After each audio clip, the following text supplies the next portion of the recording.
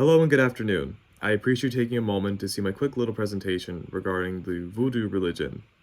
Now, before I get into the cultural exposition and what Vodou is going through today in the modern world, I'm going to give a quick little historical background of the religion and how it evolved into today's Vodou and you could say, a separate rite, Vodou.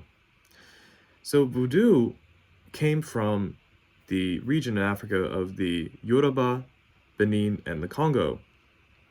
Many of them in West Africa were strong practitioners of the faith. However, which is very interesting, a Religion for Breakfast titled Vodou, Haiti's African-derived religion, talks about how Vodou went through a little bit of an evolution in the 15th century. Each of them has a distinctive spirit, or Iwa, as are in common similarities of how they viewed Catholic saints, since Catholicism was introduced in Africa when the Portuguese missionaries came in the 15th century, from Mark Henry. Now, a lot of voodoo and the practices, which were prevalent in the Caribbean and Haiti specifically, had a bit of Christianity mixed into it. Now, another aspect of voodoo and its practice, and I quote, the voodoo possession that is termed by ignorant Protestant Christians is described as ritual mounting from Mark Henry's video, where the spirit comes in through you, but not as a negative spirit, merely as a window to guide those around them. Now, many of the voodoo practices and voodoo, which in New Orleans, would be very much seen as unorthodox by Anglo-Saxon Protestant Christians. Whereas in Mark Henry's video, it was described that the possession really was a mounting, a spirit mounting, where the spirit would come through to your soul and it would speak through your body, your mortal body. And it might be something as small as, you need to do this in your life to make a change, or maybe you need to improve this in your business, or how to improve your relationship with a loved one or a friend, etc. And then that was it. Then the spirit would leave. But many Anglo-Saxon Protestants saw this as very unorthodox and probably very harmful in their communities, especially in the southern United States, and even Christian missionaries in Haiti. According to The Guardian by Kim Wall and Caterina Carici, voodoo is elusive and endangered, but remains the soul of Haitian people. They interviewed and made an inquiry with Elizabeth McAllister, a scholar at Wesleyan University. Her primary focus is on religious studies and specializes in voodoo practice in Haiti. McAllister explains that there's a strong metaphysical tension between Christianity and voodoo.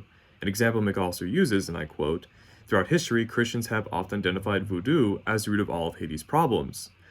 Many of this could go as far as the 2010 earthquake that displaced 1.5 million people. The U.S. Reverend Pat Robertson asserted that Haiti had brought it upon itself as a, quote, pact with the devil. So even today, voodoo, which is still practiced by many Haitians respectably, many Anglo-Saxon reverends and pastors see it as a very demonic force.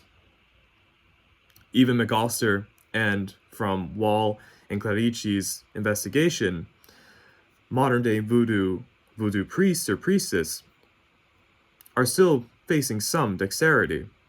But the next generation very much identify with the LGBT community.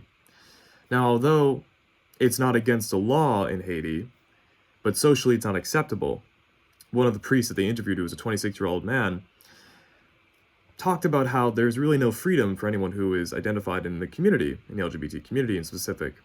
But the voodoo practice, ironically though, was banned in the 1930s and then not put back until 2003, which was, by the way, the religious motivator that inspired and motivated the Haitian slaves to rebel against the French colonial forces in August 1791, was being banned by the government that was able to give it the autonomy, not even autonomy, but independence from France, which is ironic.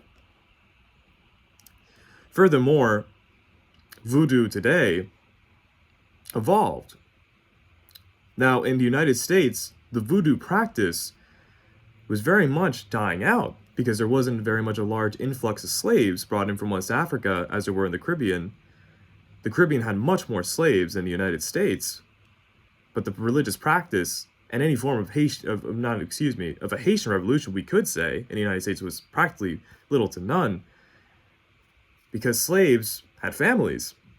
Caribbean families were not very that common because they would just die out within 2 to 3 years of exhaustion and they would just buy more new ones. Whereas slaves in the 13 colonies, which would become the United States, had to be very careful of what they do because they could lose their families and everything and use all forms of manipulation, torture. It was just terrible. But when slavery was over and many of the former Haitian slaves from the Caribbean came to New Orleans in specific, they practically revived the faith. So many African Americans who had very little to no knowledge or even forgot about their ancestry and their roots were reintroduced to voodoo, but would transform into what we know as voodoo, which would be more seen as a derogatory term in the United States and pop culture. An example would be seen as how voodoo, as it evolved, had medicinal practices, and even hoodoo, which were workers and doctors in New Orleans that would help treat people who had any illnesses in general. In the 20th century United States, the New Orleans government, the state government, wanted it to be banned, or even not even banned, but they wanted to keep a close eye on it, and they wanted to arrest people practicing it because they believed it as mail fraud of sending something that was in the mail that was medicinal, but the Louisiana state government thought of it as a threat. It was demonic and witchcraft and whatnot, so they had to get a license in order to practice it. Now, although it was practiced by many African Americans, even people who were Caucasian background were curious of the voodoo practice, but it was exploited in the United States. Prime example, they even have a man who was supposedly known as the Chicken Man, who would bite off heads of chickens, supposedly, which I heard they were fake, especially reading from the source material. Another example was they used a supposed 15-foot doll to represent voodoo, and it was placed over the New Orleans Saints dome because the New Orleans Saints were having a hard time winning a home football game. And because of that, the priestess, who probably, I think, went in there with good intentions, if I recall from the article, it was an exploitation process because when the Saints won, they beat the St. Louis Rams at the time.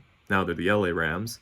And the article is writing that the Rams lost to the Saints and the Saints won the Super Bowl. Anyone who has any minor background of football in the NFL will know that the Saints and Rams cannot play in the Super Bowl because they both play in the NFC division. So there you go. Many people are still ignorant of the fact of the voodoo faith. Though it has evolved in the United States and known as voodoo, there are some people who do take it very seriously. Some are not even of African descent. Some come from Irish background, Jewish background, who wish to practice voodoo and actually keep the faith alive, and those who want to practice it are welcome to it. They become priests or priestess. There's not very much of a hierarchy as seen as different Christian denominations, specifically in the Catholic and Orthodox churches, but anyone who wishes to partake in it and wishes to learn can be initiated, and even some traveled as far as to go to Haiti to get full-on initiation. Although voodoo has gone through such dexterity, which was a big motivating factor to liberate Haiti from the French oppressive colonial forces, and it was even banned in the country that liberated it from the French, it's not legalized today, but there are still people who still wish to travel and practice the faith of voodoo. And no matter what happens, Haitians will never let their religion die. So there you have it. No matter what, through such adversity, the Haitian religion, or excuse me, I shouldn't really say Haitian religion, but more so the West African religion of voodoo will still be kept alive in those who wish to follow with a pure heart. Thank you for watching.